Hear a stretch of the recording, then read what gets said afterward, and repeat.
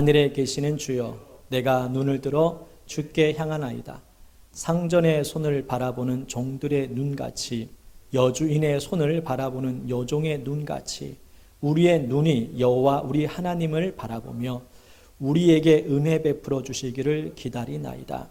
여호와여, 우리에게 은혜를 베푸시고 또 은혜를 베푸소서. 심한 멸시가 우리에게 넘치나이다. 안일한 자의 조소와 교만한 자의 멸시가 우리 영혼에 넘치나이다. 아멘. 오늘 말씀 제목, 지금 무엇을 보고 있습니까? 라는 이 제목을 통해서 오늘 하나님께 주시는 이 말씀 통해서 깨닫고 또 변화되고 순종하는 그러한 삶을 살았으면 좋겠습니다. 사진 하나 볼게요. 오늘 이 사진을 보면은 물고기가 배고파가지고 먹이를 이제 먹어야 되는 상황인데 낚시 바늘에 있는 먹이입니다. 이 물고기는 이 낚시 바늘에 있는 먹이를 먹게 된다면 아마 죽게 될 것입니다. 우리가 무엇을 보느냐에 따라서 사람이 결정하게 되어 있습니다. 이 물고기가 낚시 바늘을 보지 못하고 먹이만 본다면 결국 이 물고기는 먹게 될 겁니다. 물고기가 머리가 나쁘다는 얘기는 제가 들어봤는데 어쨌든 간에 우리도 머리가 나쁩니다. 사람도 머리가 참 좋은 것처럼 보이지만은 자꾸 그것을 보게 되면은 딴 게 보이질 않아요. 누가 이야기를 해줘도 보고 싶은 것만 보다 보니까는 결국에는 유혹이 됩니다. 하와가 선악과를 자꾸 봅니다. 마귀가 그것을 봅니다. 야, 선악과를 자주 보는 거 보니까 그 마음 속에 먹고 싶은 마음이 있는구나. 그 마귀가 그것을 캐치를 합니다. 그리고 아담에게 가지 않고 하와에게 마귀가 찾아갑니다. 그리고 마귀가 자꾸 이야기를 합니다. 이런 얘기도 하고 저런 얘기도 합니다. 사람이라는 것은 자꾸 대화하다 보면 친해집니다. 이웃 사촌이란 말 듣잖아요. 그냥 가까이 있는 그런 이웃이 더 가깝지 멀리 있는 그런 형제보다는 오히려 자주 만나고 가까이 있는 사람이 더 친해지게 되어 있습니다. 이 하와도 마귀랑 자꾸 대화를 합니다.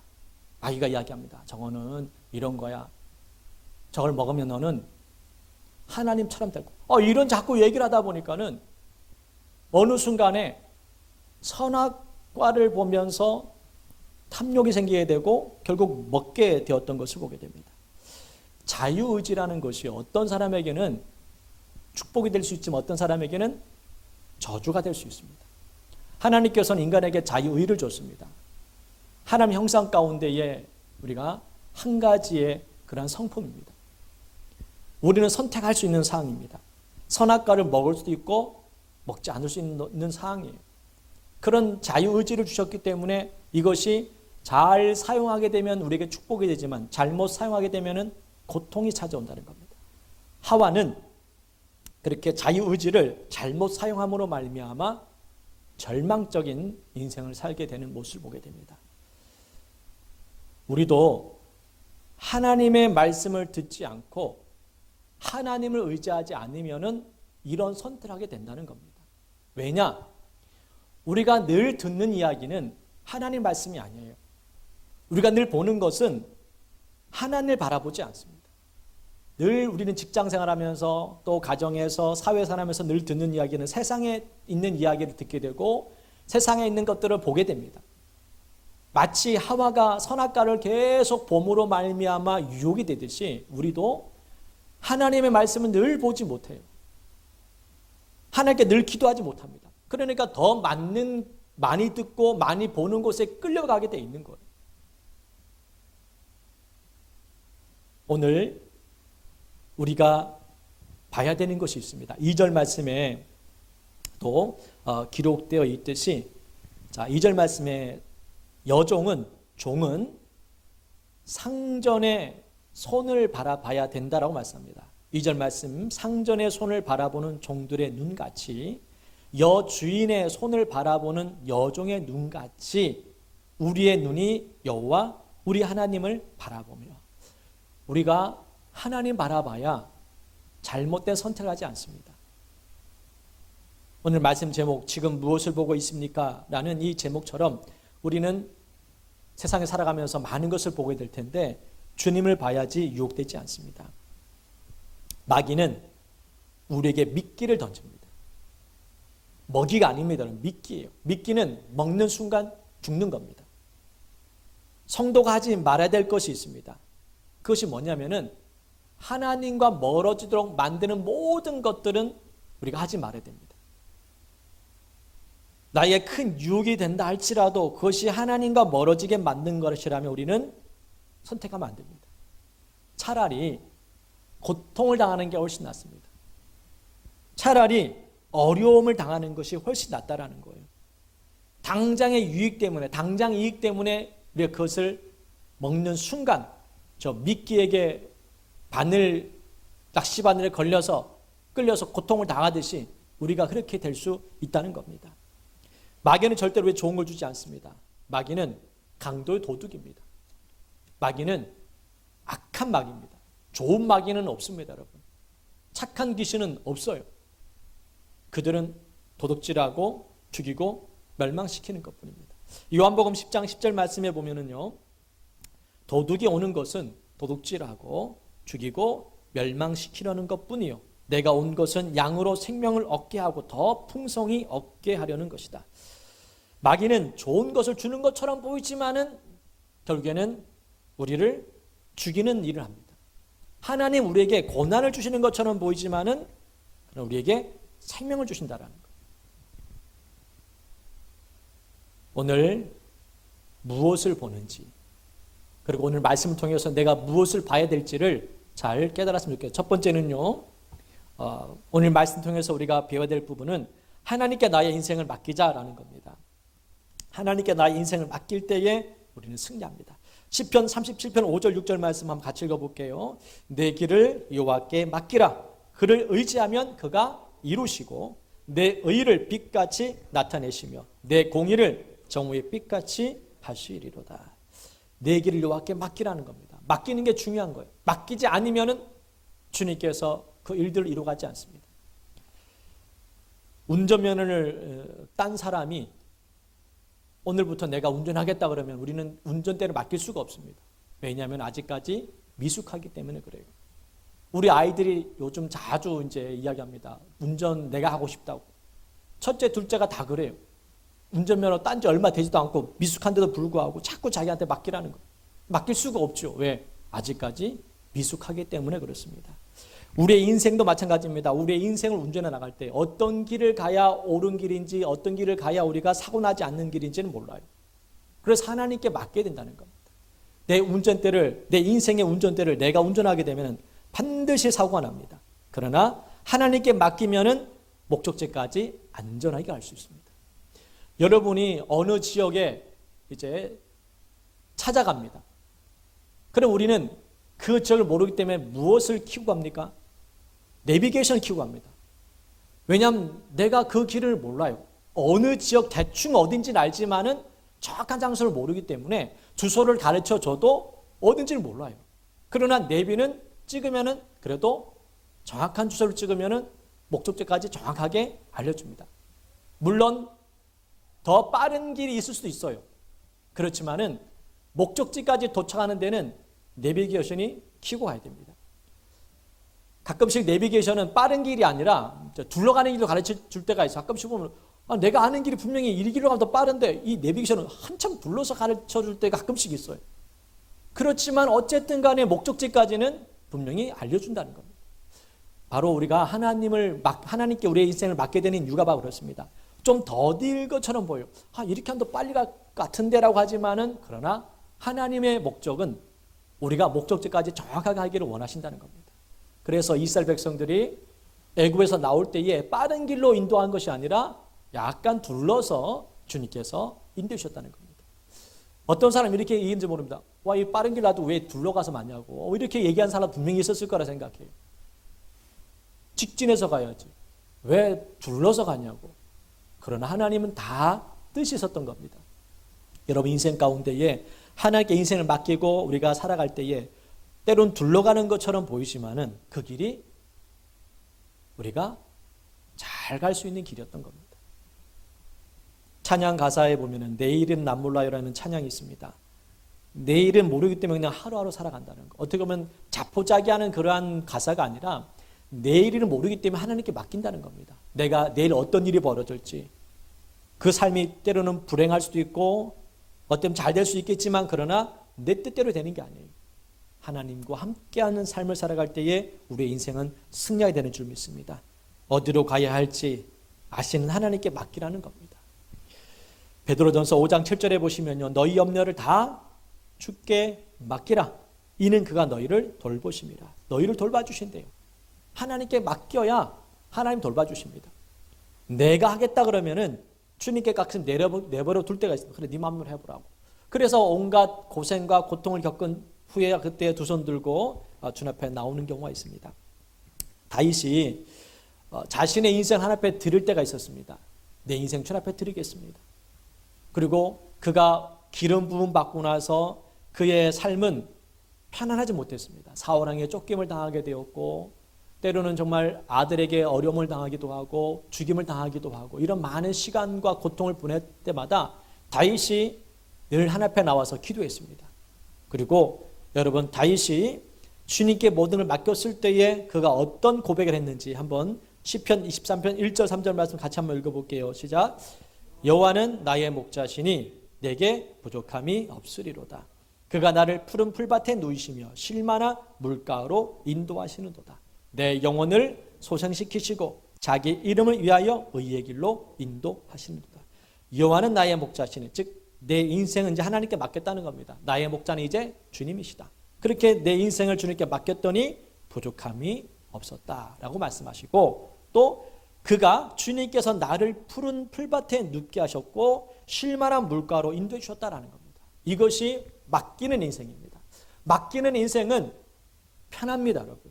내가 하려고 하면 힘들고 고통스럽지만 이것을 잘하는 사람에 맡기면 얼마나 편한지 몰라요. 무슨 문제 생기면 우리는 잘하는 사람을 찾아가잖아요. 그리고 그걸 맡기지 않습니까? 내 몸이 아프면 의사에 찾아가지고 내 이런 상황인데 몸이 아픈데 어떻게 하면 좋겠습니까? 그러니까 의사가 이런 당신의 병이 있습니다. 약 드시면 낫습니다.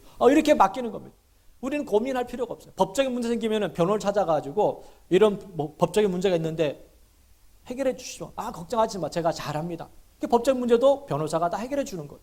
이와 같이 하나님께 맡기는 인생은 편합니다, 여러분. 내가 이것을 고민하고 염려하고 근심한다고 해석되는 게 아니에요. 그래서 다윗은 이 사실 너무나 잘 알았기 때문에 어려움이 당하면은 하나님께 맡기고 기도하고 주님을 찬송하는 인생을 살았던 겁니다. 그러니 결과적으로 그는 부족함이 없는 인생을 살았다라고 고백하는 겁니다. 하나님 우리를 죽이시기도 하고 살리시는 분입니다.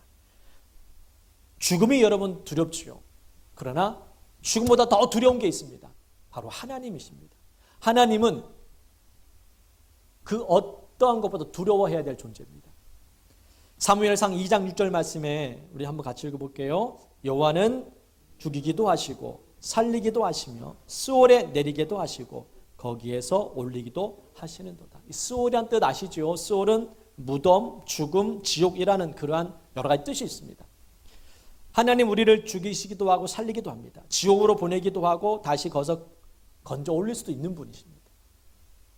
죽는 것은 피할 수가 없어요. 그런데 이 죽는 것이 두려워서 자꾸 겁내고 염려하고 근심만 하고 있지 말라는 거예요. 죽음을 이길 수 있는 바로 하나님을 찾으라는 겁니다. 죽음을 피할 수 없기 때문에 죽음을 이길 수 있는 하나님을 찾아야 된다는 거죠. 그래서 우리는 성도는 죽음의 그 두려움을 통해서 하나님을 만나야 됩니다. 나는 죽는구나. 두렵다. 어떻게 됩니까? 죽음을 이기신 하나님을 만나야죠. 죽음이란 두려움 때문에 하나님을 찾도록 우리에게 그런 은혜를 주신 겁니다. 죽음이 안 들어오면 하나님을 찾을 수가 없어요. 죽는 것이 두렵기 때문에 우리 하나님을 찾는 겁니다. 당연한 거죠. 그런 두려움을 가져야 됩니다. 그래야 우리가 기도할 수 있고 하나님 앞에 나올 수가 있습니다. 고난과 염려 두렵습니다. 그렇기 때문에 기도할 수 있는 것이고 하나님 앞에 나오는 겁니다. 고난 당할 때에 너무 편하다 이러면은 뭔가 잘못된 거예요. 고난을 통해서 내가 힘들구나. 내 힘으로는 안 되는구나. 하나님을 의지해야 되겠구나. 그렇게 해서 주님 앞에 나오는 이것이 성도라는 거예요. 우리는 이와 같이 다윗처럼 여러분 인생을 한번 맡겨보시길 주의 이름으로 축복합니다. 한 주만이라도 이번 주 한 주만이라도 한번 다윗처럼 내 인생 주님께 맡겼으면 좋겠습니다. 추석을 또 이제 명절을 보내면서 여러 가지 일들이 생길 수 있습니다. 좋은 일도 있겠지만 또 좋지 않은 일도 생길 수 있을 거예요. 그때 오늘 말씀 생각하면서 주님께 맡기십시오. 이 문제 내가 해결할 것이 아니라 하나님께 맡겨야지. 하나님께 맡기십시오. 하나님께서 역사할 줄 믿습니다. 두 번째로요, 실패한 것을 생각하지 말고 하나님을 바라보라라는 겁니다. 80세가 되었을 때에 모세가 하나님께 부름을 받습니다. 하나님을 찾으셨어요. 8세 때. 젊었을 때 찾지. 나이 들어서 하나님은 모세를 찾으셨습니다. 근데 모세는 거부합니다. 하나님, 저는 못합니다. 갈 수 없습니다.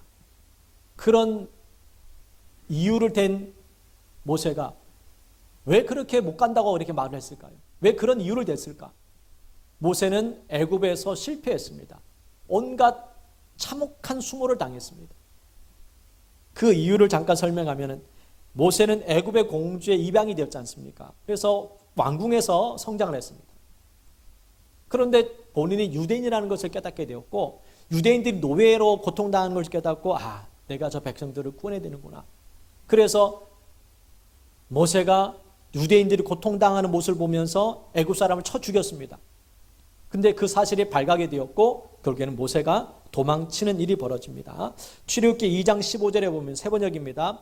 바로가 이 일을 전하여 듣고, 즉 애굽 사람이 죽었다는 얘기를 들었습니다. 모세를 통해서. 그러자 모세를 죽이려고 찾았는데 모세는 바로를 피하여 미디안 땅으로 도망쳐서 거기에서 머물게 돼요. 그래서 40년이 지난 거예요.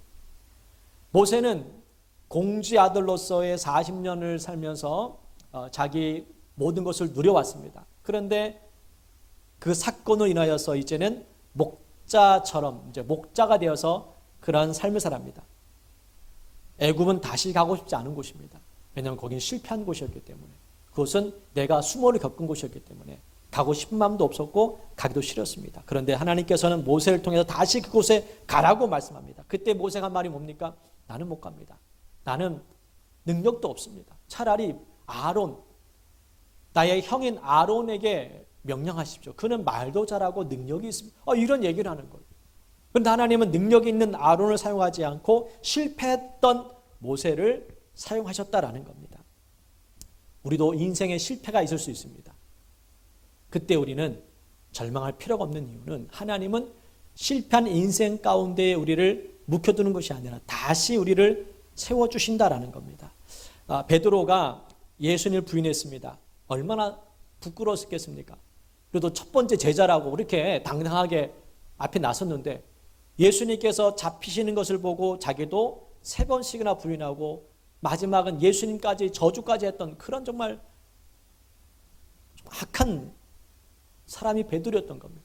얼마나 부끄럽고 얼마나 창피하겠습니까? 그때 예수님께서는 부활하신 후에 베드로를 또 찾아가셨습니다. 베드로는 제자의 길을 포기하고 다시 옛날 모습으로 돌아갑니다. 어부의 삶을 살자. 나 같은 놈이 무슨 제자가 될 수 있을까? 예수님까지 부인한 사람이. 그래서 그는 제자의 삶을 포기하고 옛날로 돌아갑니다. 예수님은 그 베드로에게 찾아가셔서 베드로의 마음을 만져주십니다. 그리고 베드로에게 3번씩이나 이렇게 묻습니다. 요한의 아들 시몬아, 네가 나를 사랑하느냐? 라고 묻습니다. 우리 요한복음 21장 17절 말씀인데 한번 읽어볼게요. 시작.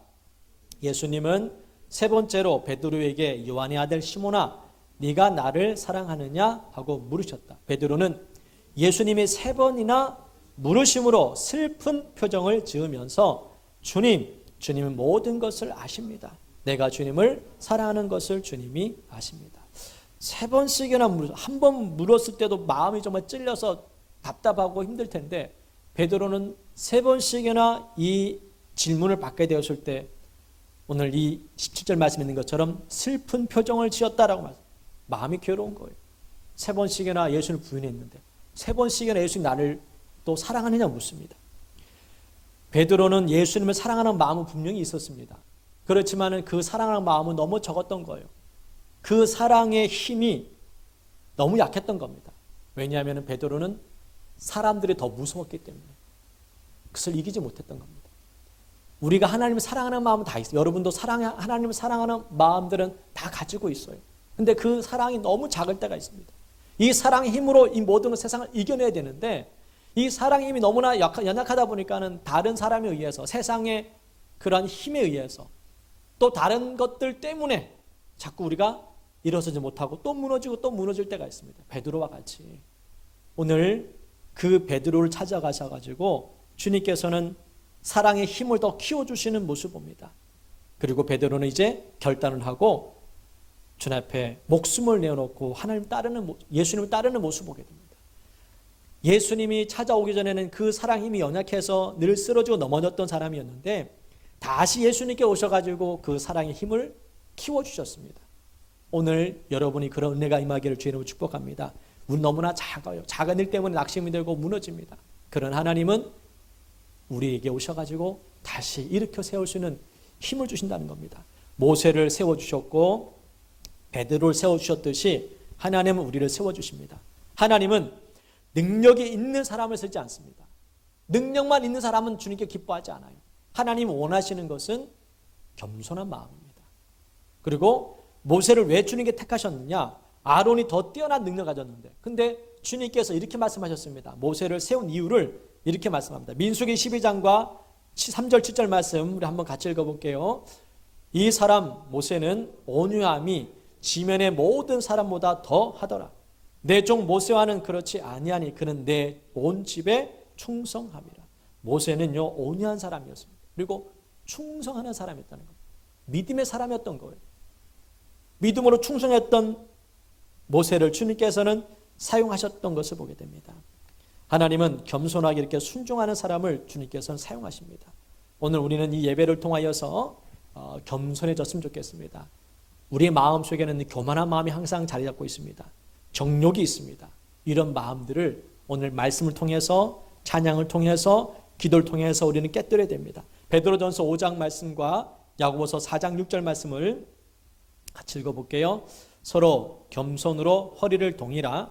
하나님은 교만한 자를 대적하시되 겸손한 자들에게는 은혜를 주시느니라. 하나님이 교만한 자를 물리치시고 겸손한 자에게 은혜를 주신다 하였느니라.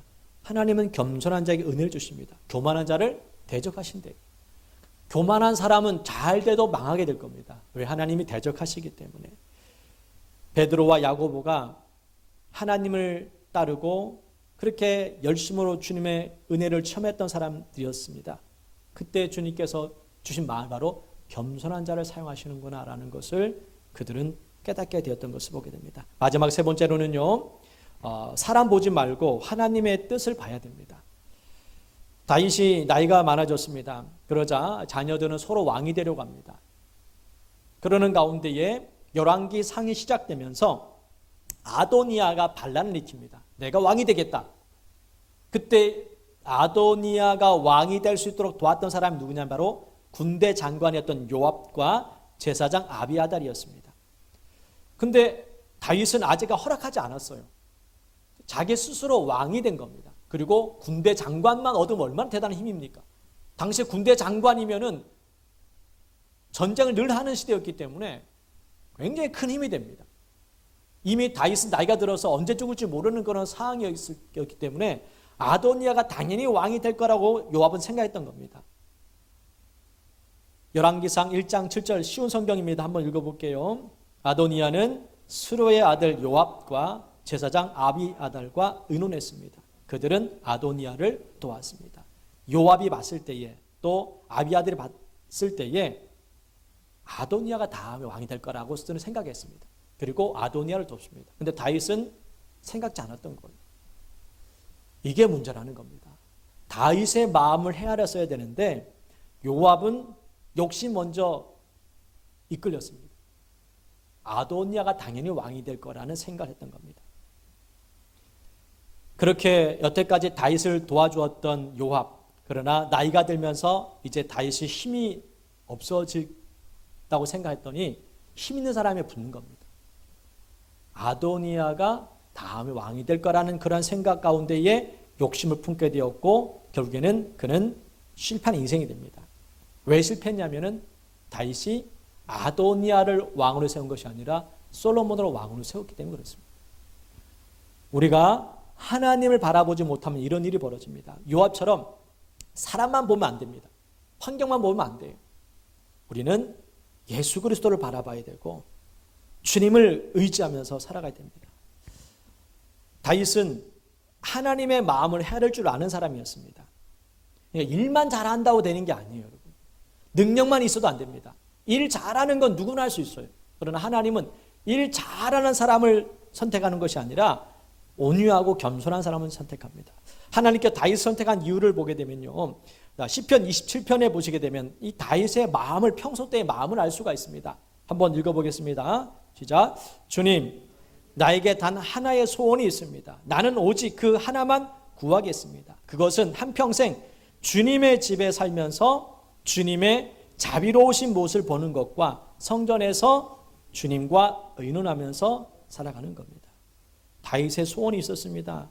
그것은 한평생 주님의 집에서 사는 것이고 주님과 대화하면서 살아가는 것이 다윗의 소원이었다라고 말씀합니다. 우리의 소원은 잘 먹고 잘 지내고 잘 살다가 주님 곁에 가는 겁니다. 그러니까 어떻게 보면 목적이, 내 삶의 소망이 이 땅에만 같은 거예요. 잘 먹고 잘 살고 잘 지내서 천국 가는 것. 천국 가는 것은 그냥 나중 일이고 현재의 우리의 목표는 더 좋은 집, 더 넓은 집, 더 편안한 곳, 즐거운 곳, 그런 곳에 살고 싶은 마음이 더 커진 겁니다. 근데 다윗은 그렇지 않았다는 겁니다. 늘 하나님 안에서 살고 싶었던 마음이 이렇게 기도로, 찬양시로 우리에게 보여주고 있습니다.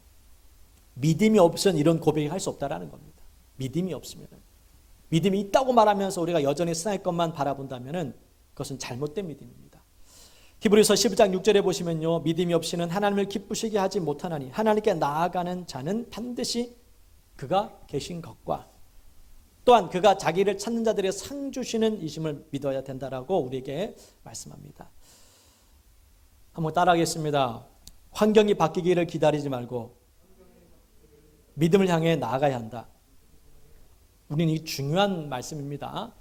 환경이 바뀌기를 우리가 늘 기대를 합니다.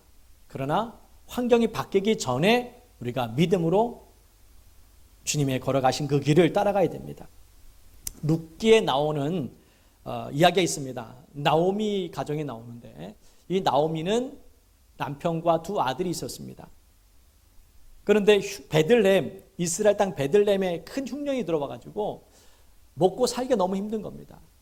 재산이 많았던 나오미는 그 재산을 다 팔아서 모압 지역으로 이민을 떠나게 되죠. 그곳에 살면은 행복할 거라 생각했습니다. 지금의 환경이 너무나 안 좋기 때문에 이렇게 살다 우리가 다 죽겠다. 그래서 돈을 끌고 모아서 그 많은 재산을 가지고 모압 땅에 살았습니다. 처음에는 괜찮았죠.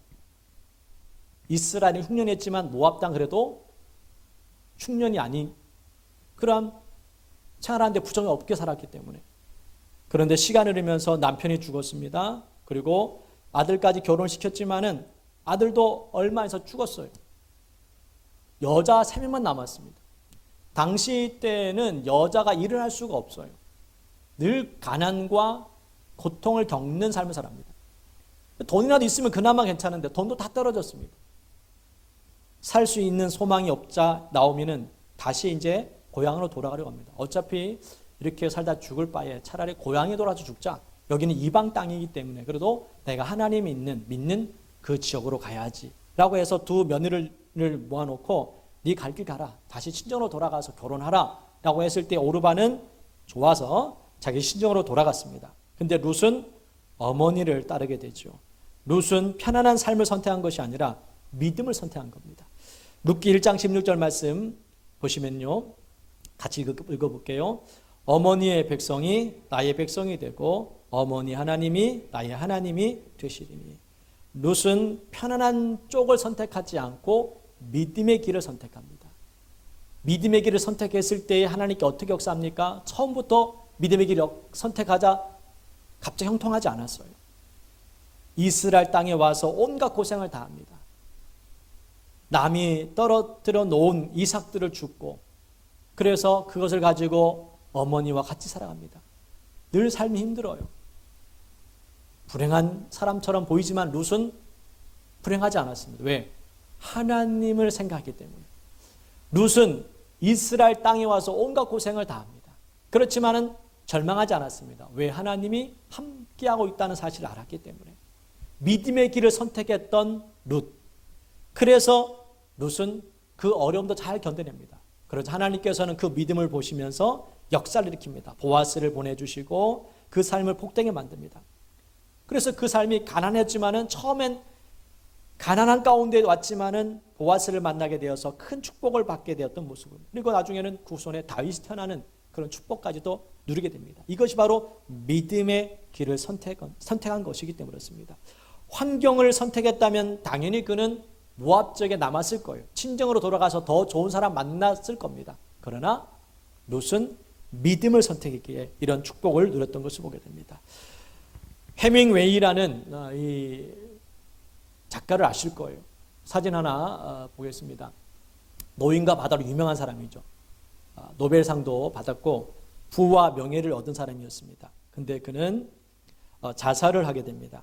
근데 그의 할아버지는 D.L. 무디와 함께 복음을 함께 전했던 믿음의 사람이었다라고 합니다. 할아버지 때는 D.L. 무디와 함께 복음을 전했던 그런 사람이었는데 그 아버지 또 그 해밍웨이 때 와가지고 신앙이 점점 떨어졌겠죠. 글을 쓰면서 그는 많은 성공을 얻었습니다. 그리고 부를 누렸고 명예도 얻었습니다. 그런데 그 삶은 늘 공허하고 절망감이 있었습니다. 모든 것을 가졌다고 생각했는데 해밍웨이는 모든 것을 가지지 못했습니다. 왜냐? 결국 하나님을 만나지 못했기 때문이라는 것을 우리가 알 수 있습니다. 그리고 결국 그는 자살로 인생을 마무리합니다. 모든 것을 가졌던 것처럼 보였지만은 모든 것을 가지지 못했습니다. 우리는 모든 것을 가지지 못했지만 모든 것을 가진 사람입니다. 왜냐하면 우리는 예수 그리스도를 알고 믿고 있기 때문에.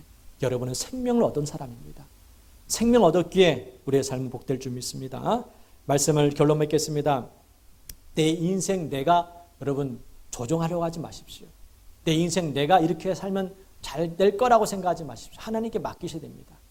내 인생의 운전대는 하나님께 맡기고 내 삶을 주님께 맡겨서 목적지까지 또 여러분이 가는 그 길을 하나님의 인도하심을 통해서 살아간다면 다윗 같은 고백이 있을 겁니다. 부족함이 없었구나.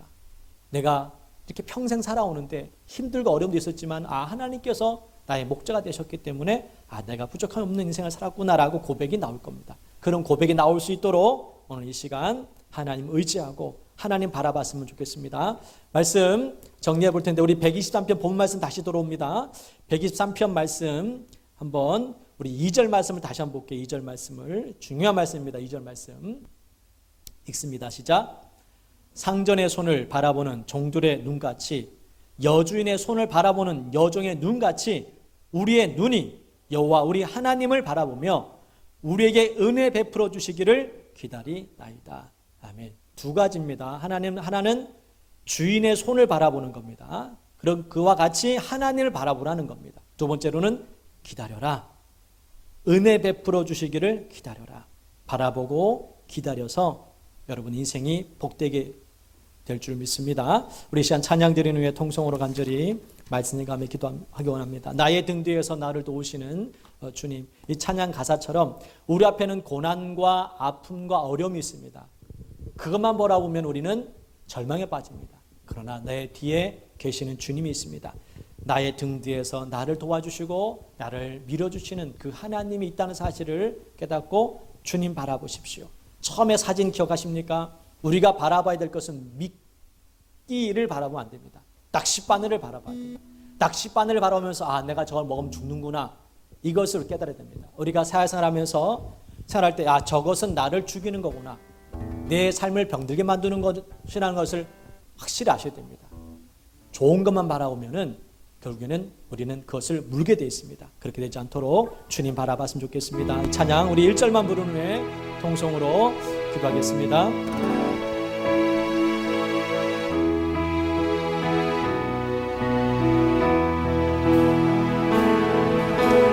나의 등 뒤에서 좀 빠르게 볼게요. 나를 도우시는 주 나의 인생길에서 지치고 고나요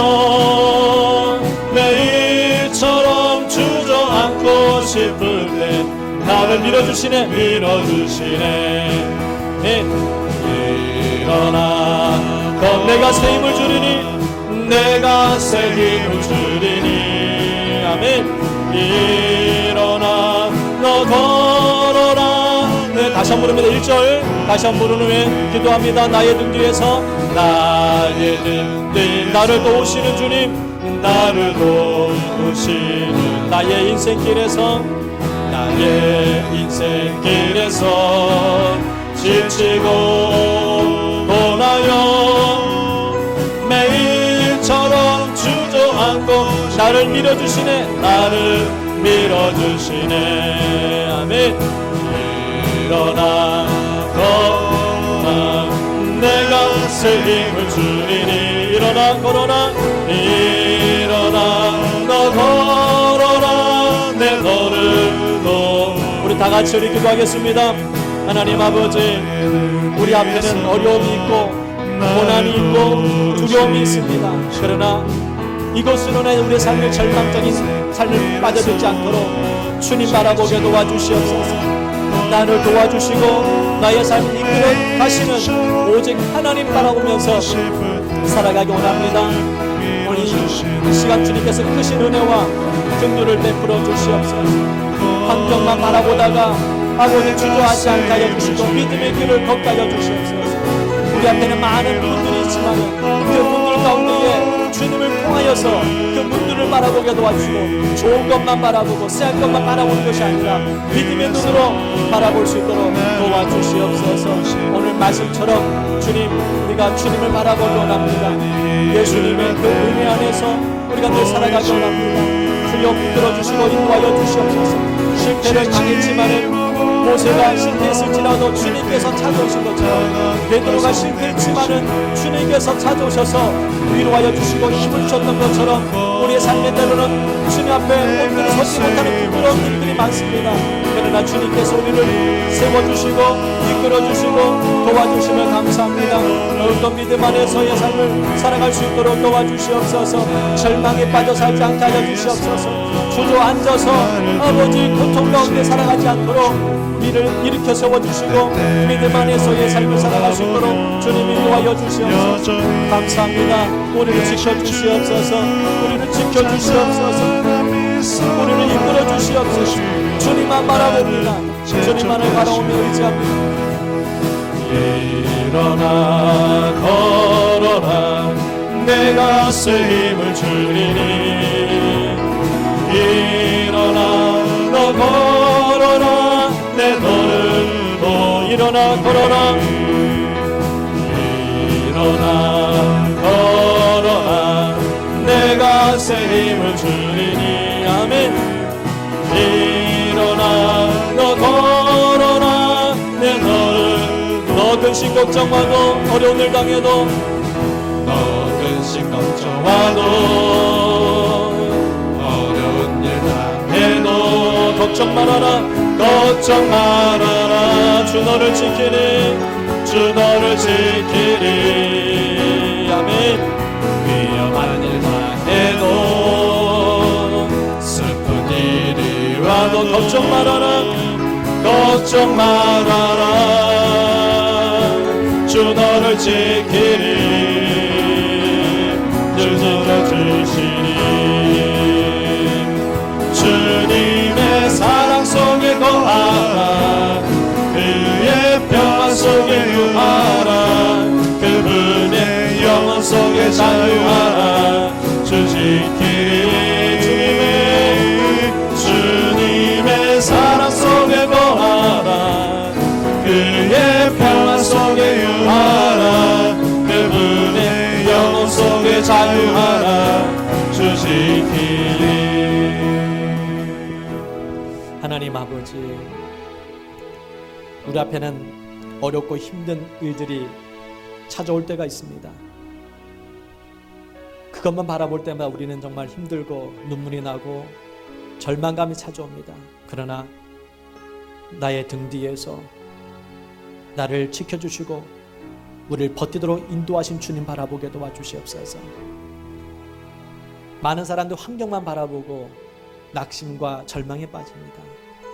그러나 오늘 룻이 믿음의 길을 선택함으로 말미암아 그 삶을 축복으로 만들었던 것처럼 우리 환경은 어렵고 힘들고 절망적인 것밖에 보이지 않지만은 믿음의 눈으로 바라보게 하여 주셔서 모두 환경을 이겨낼 수 있도록 도와주시옵소서. 우리는 무엇인가 해결돼야 그때야 움직이려고 합니다. 그러나 이제부터는 믿음의 길을 걸을 수 있도록 도와주시옵소서. 우리는 여태까지 이렇게 기도했습니다. 하나님, 이 문제만 해결되면은 제가 그때부터 주의를 하겠습니다. 이 어려움만 벗어나게 해주시면은 제가 주님을 살겠습니다라고 고백합니다. 그 문제가 해결되든 안 되든 이제부터는 주님의 말씀에 의지해서 살아갈 수 있도록 도와주시옵소서. 우리 믿음이 연약합니다. 주님의 사랑이 너무나 적습니다. 베드로가 그러기에 조그만 어려움에도 낙심하고 예수님과 부인했는데 우리도 그런 인생을 살아갈 때가 많습니다. 주님의 그 사랑이 점점 커질 수 있도록 도와주시고 믿음이 점점 커져서 세상을 능히 이길 수 있도록 도와주시옵소서. 또 한 주 동안 살아갑니다. 또 추석 연휴를 맞이합니다. 성령께서 붙들어 주시고 삶을 인도하여 주셔서 가정 복음화 이루게 도와주시고 구원에 이를 수 있도록 가정에 하나님의 큰 역사 나타나도록 주님께서 또 은혜를 부어 주시옵소서. 또 돌아온 발걸음 주님께 지켜주시고 가정과 직장 위에 사업장 위에 주님께서 복의 복을 지경을 넓혀주시고 은혜를 베풀어 주시옵소서. 예수님의 이름으로 간절히 축복하며 기도드리옵나이다. 아멘.